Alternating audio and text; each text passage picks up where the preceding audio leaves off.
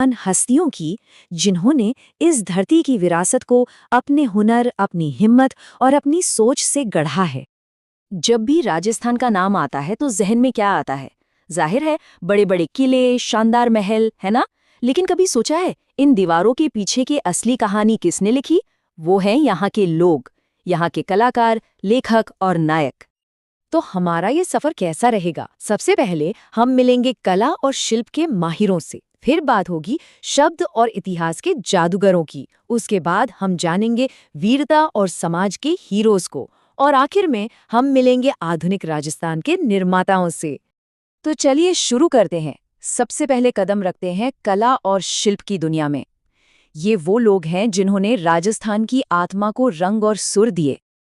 तो सबसे पहले मिलिए निहाल चंद से। ये वो कलाकार थे जिनकी वजह से किशनगढ़ पेंटिंग स्टाइल अपने चरम पर पहुंचा।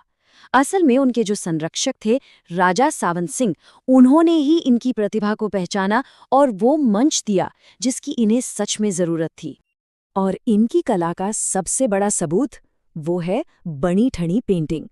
ये इतनी मशहूर है, इतनी कमाल की है कि लोग इसे भारत की मोनालिसा कहते हैं। सोचिए, ये निहाल चंद की प्रतिभा का क्या शानदार नमूना है। पेंटिंग से अब जरा मिट्टी की कला की तरफ चलते हैं। जयपुर की ब्लू पॉटरी का नाम तो सबने सुना होगा। एक वक्त था जब ये कला लगभग खत्म होने वाली थी, लेकिन फिर आए कृपाल सिंह शेखावत। इन्होंने ही इस कला को एक नई जिंदगी दी। राजस्थान की कला सिर्फ देखने वाली नहीं, सुनने वाली भी है। अल्लाह जिल्लाबाई और गवरी देवी, ये वो नाम है जिन्होंने मांड गायकी को, जो एक पारंपरिक राजस्थानी लोक संगीत है, पूरी दुनिया तक पहुंचाया। खासतौर पर अल्लाह जिल्लाबाई की बात करें तो 1982 में उन्हें पद्मश्री से नवाजा गया। ये सिर्फ एक अवार्ड नहीं था, अब समझिए, ये इस बात की मोहर थी कि उनकी कला देश का एक अनमोल खजाना है। और ये संगीत की विरासत आज भी उतनी ही मजबूत है। एक तरफ है गज़ल सम्राट जगजीत सिंह, जिनकी आवाज़ आज भी दिलों में बसती है, और दूसरी तरफ ग्रैमी अवार्ड जीत चुके पंडित विश्व मोहन भट्ट, जिन्होंने संगीत में नए नए प्रयोग किए। अच्छा, पंडित विश्व मोहन भट्ट की सबसे दिलचस्प बात पता है क्या है? उनका बनाया हुआ इंस्ट्रूमेंट, मोहन वीणा। उन्होंने एक गिटार लिया, उसमें कुछ तार और जोड़े और उसे एक बिल्कुल नया साज बना दिया, जिसमें भारतीय और पश्चिमी दोनों तरह की धुनें निकल सकती थीं। कमाल का फ्यूजन था ये। तो कला और संगीत के बाद अब बारी है शब्दों की दुनिया की। चलिए मिलते हैं उन इतिहासकारों, कवियों और लेखकों से जिन्होंने राजस्थान की कहानियों को हमेशा के लिए अमर कर दिया। इस हिस्से में हम बात करेंगे उन इतिहासकारों और चारणों की। चारण मतलब वो लोग जो पारंपरिक तौर पर कविता और इतिहास लिखते और गाते थे। इन्हीं लोगों की वजह से आज हम उस जमाने की कहानियों और घटनाओं को जान पाते हैं। इन्हीं में से एक थे श्यामल दास। उनका काम इतना जबरदस्त था कि उस वक्त की ब्रिटिश सरकार ने उन्हें कैसरे हिंद का खिताब दिया था। ये उस जमाने के सबसे बड़े सम्मानों में से एक था, जो बताता है कि उनका योगदान कितना बड़ा था। अब अगर हम 20वीं सदी में आएं, तो यहाँ भी राजस्थान में विजयदान देथा और कन्हैयालाल सेठिया जैसे बड़े बड़े लेखक दिए। इनकी लिखी कहानियाँ और कविताएं आज भी उतनी ही पसंद की जाती हैं और राजस्थानी साहित्य का एक बहुत ज़रूरी हिस्सा हैं। चलिए अब बात करते हैं वीरता, साहस और बलिदान की कहानियों की। ये सेक्शन उन हीरोज़ के नाम है जिन्होंने अपने कामों से हिम्मत, वफादारी और भक्ति की एक नई मिसाल कायम की।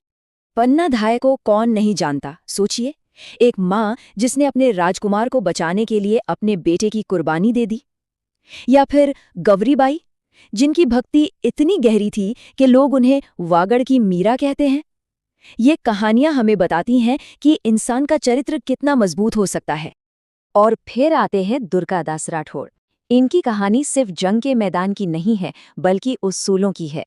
सोचिए, उन्होंने अपने दुश्मन के बच्चों की न सिर्फ हिफाजत की, बल्कि उन्हें उनकी मजहबी तालीम भी दी। ये दिखाता है कि असली बहादुरी इज्जत देने में होती है। और बहादुरी का ये जज्बा आज भी जिंदा है।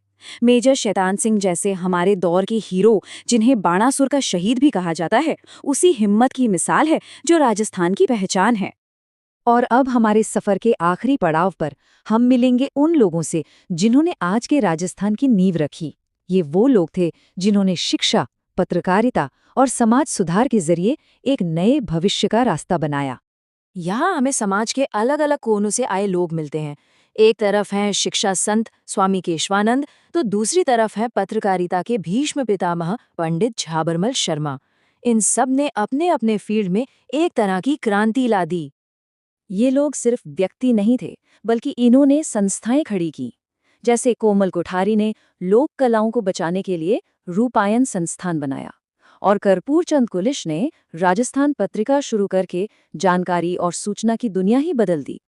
इन नेताओं का असर बहुत गहरा था। जैसे आचार्य तुलसी का अणुव्रत आंदोलन। ये आंदोलन लोगों को एक बेहतर, नैतिक और आध्यात्मिक जिंदगी जीने के लिए प्रेरित करता था। इसका मकसद था समाज को अंदर से बदलना, जड़ से मजबूत करना। तो जब हम इन सभी कलाकारों, लेखकों, वीरों और समाज सुधारकों को एक साथ देखते हैं, तो क्या समझ आता है? यही कि विरासत सिर्फ इमारतों और किलों से नहीं बनती। विरासत बनती है लोगों के जुनून, उनकी हिम्मत और उनकी सोच से। और ये हमें सोचने पर मजबूर करता है कि आज हम अपने पीछे क्या विरासत छोड़ रहे हैं